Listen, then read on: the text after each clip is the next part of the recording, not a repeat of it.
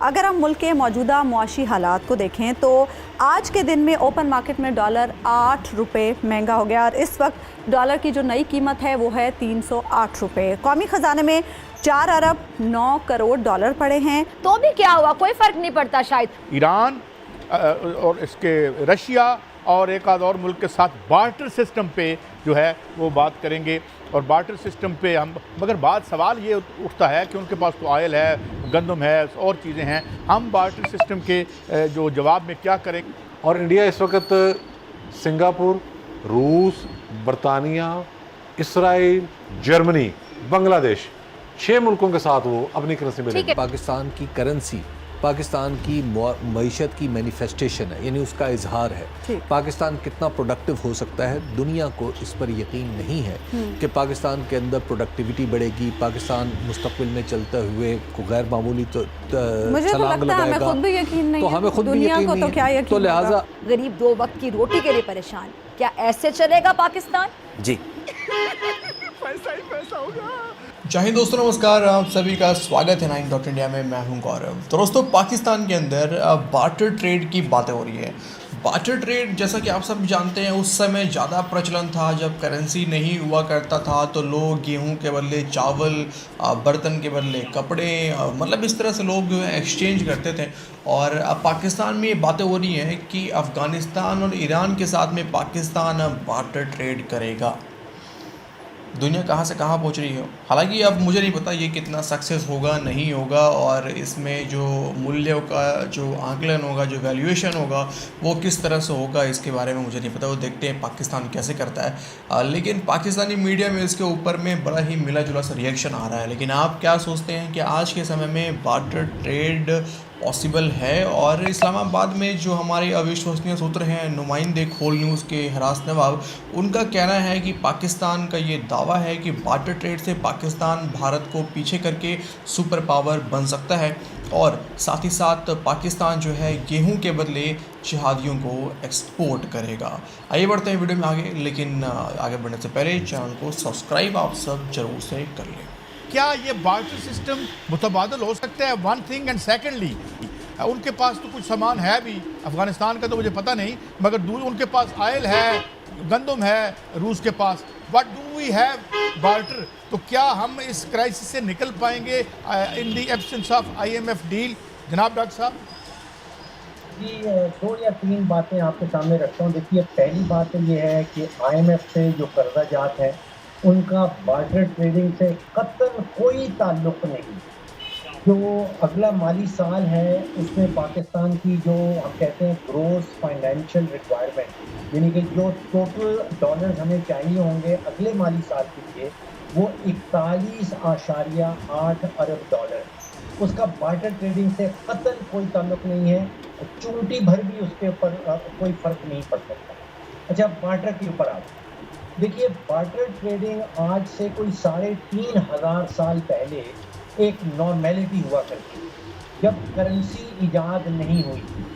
तो एक तो मुझे ये समझ नहीं आ रहा कि क्या आज 2023 में, सन 2023 में हम कोई 3,000 साल पहले जाना चाहते हैं? जो काम 3,500 साल पहले होता था जब करेंसी ईजाद नहीं हुई थी, अब हम दोबारा से वो काम शुरू करना चाहते हैं। तीसरी बात, देखिए, जो 3 ममालिक का आपने नाम लिया, रूस, अफ़गानिस्तान और ईरान, ये पिछले 75 साल से, जब से पाकिस्तान बना है, हमारी इनसे जो ट्रेडिंग है, जो तजारत है, वो कोई 3-4 बिलियन डॉलर से ज़्यादा की नहीं होती। पाकिस्तान की सालाना तजारत जो है दुनिया भर के साथ, वो कोई 100 अरब डॉलर की है। 70 अरब की हम 75 अरब की इंपोर्ट करते हैं, 30 से 33 अरब की हमारी एक्सपोर्ट है, तो लगभग 100 अरब डॉलर की आप समझे कि तजारत है। उसमें से कोई 3% जो है या 4% तक कर ले, वो इन 3 मुल्कों के साथ होता है, और वो होता है डॉलर्स की बातें। अभी बार्टर नहीं आ रहा।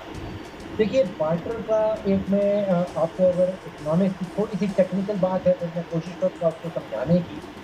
बार्टर ट्रेडिंग उस सूरत में होती है जब when there is a double coincidence of wants. Double coincidence of wants, इसका मतलब क्या? इसका मतलब ये है कि पाकिस्तान में एक कंपनी ए है जो कि कपड़ा बनाती है, और अफ़गानिस्तान में एक कंपनी भी है जो अनार उगाती है।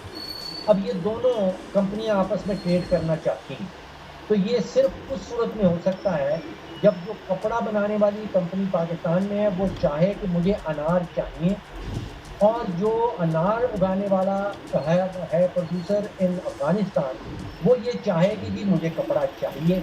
अगर इन दोनों को एक दूसरे का माल चाहिए तो फिर तो बार्टर ट्रेड हो सकती है। फिर यहाँ से ये कपड़ा भेज देंगे, वहाँ से वो अनार भेज देगा, और फिर जब अनार यहाँ आ जाएंगे एक कपड़ा बनाने वाले के पास, तो वो कपड़ा बनाने वाला अनार का क्या करेगा ये मुझे नहीं पता। अभी हम फ़ारूक सलीम साहब से गुफ्तगू कर रहे थे तो उन्होंने तो बार्टर सिस्टम को आटे में नमक के बराबर करार दे दिया। आप भी यही समझते हैं? बात तो ये है, मुआशी तौर पे तो ऐसा ही है। उसकी वजह यह है कि पूरी दुनिया में अगर बार्टर ट्रेड आप देखें वो बहुत ज़्यादा वॉल्यूम नहीं है, और फिर पर्टिकुलरली ये 3-4 मुल्कों के साथ हम बार्टर ट्रेड करेंगे तो क्या कर लेंगे, और दोनों तरफ अभी नेटवर्क्स बनेंगे आहिस्ता आहिस्ता, फिर उस ट्रेड को मैच्योर होते हुए भी काफ़ी टाइम लगेगा।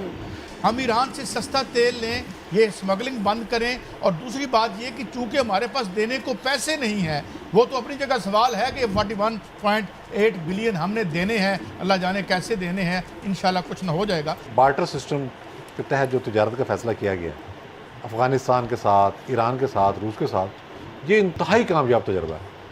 आपका प्रॉब्लम क्या है? एनर्जी, रूस से एनर्जी मिलेगी, बाकी बहुत सारी चीज़ें जो हैं वो इन दो मुल्क से मिलेंगी, अफ़गानिस्तान और ईरान से। एलसी नहीं खोलनी पड़ेगी, डॉलर है ना, डॉलर चाहिए। जिस मुल्क ने अपनी करेंसी में कारोबार करना शुरू किया है उसने बहुत तेज़ी के साथ अपने ज़र मुबादला के ज़खायर में भी इजाफा किया है, क्योंकि डॉलर का अंसर निकल गया ना।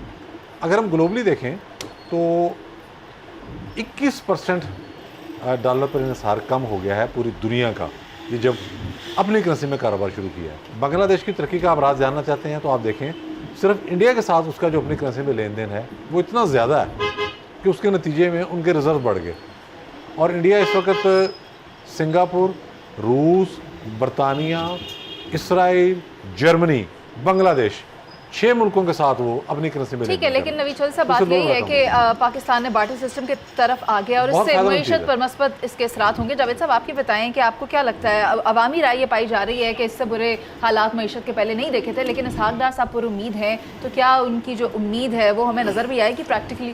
पहली बात यह है उनकी पूरी उम्मीदी पे मियां नवाज शरीफ साहब के समधी को, जिसके क्रेडिट की वजह से वो वज़ीर ख़जाना है, उनको निशान इम्तियाज़ मिलना चाहिए, क्योंकि उन्होंने पाकिस्तान की मईशत को बिल्कुल ऐसे ट्रक की बत्ती के पीछे लगा दिया है कि जो पकड़ी भी नहीं जा रही और ना किसी से संभल रही है।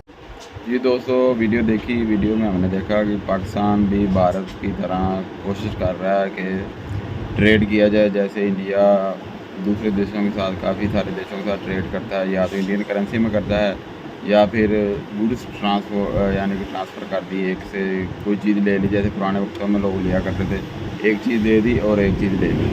अब पाकिस्तान की सूरत हाल ऐसी है कि हम चीज़ तो ले सकते हैं, अब देने के लिए भी तो कुछ होना चाहिए ना। तो अब जो हमारी इंडस्ट्री है वो इस काबिल है या नहीं है, ये तो आने वाला वक्त ही बताएगा।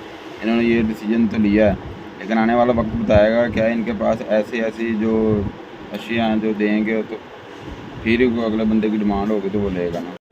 बाकी आपका इस बारे में क्या ख्याल है कि क्या पाकिस्तान इसमें कामयाब हो पाएगा? और अपनी राय का इज़हार कमेंट में ज़रूर कीजिएगा। मिलते हैं अगली वीडियो में, अपना ख्याल रखिएगा और हमारे चैनल को ज़रूर सब्सक्राइब करें। मिलते हैं अगली वीडियो में।